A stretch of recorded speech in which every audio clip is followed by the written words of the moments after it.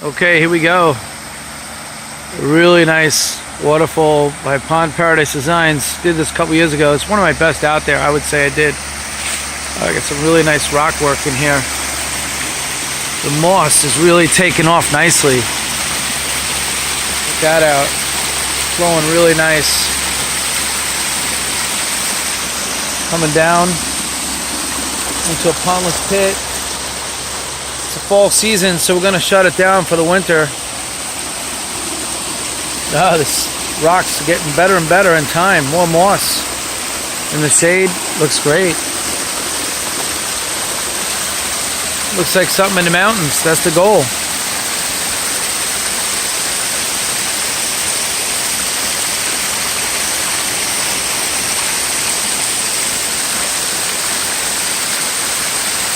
Go back to one last big view of this year.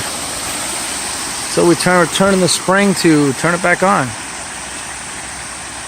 There it is.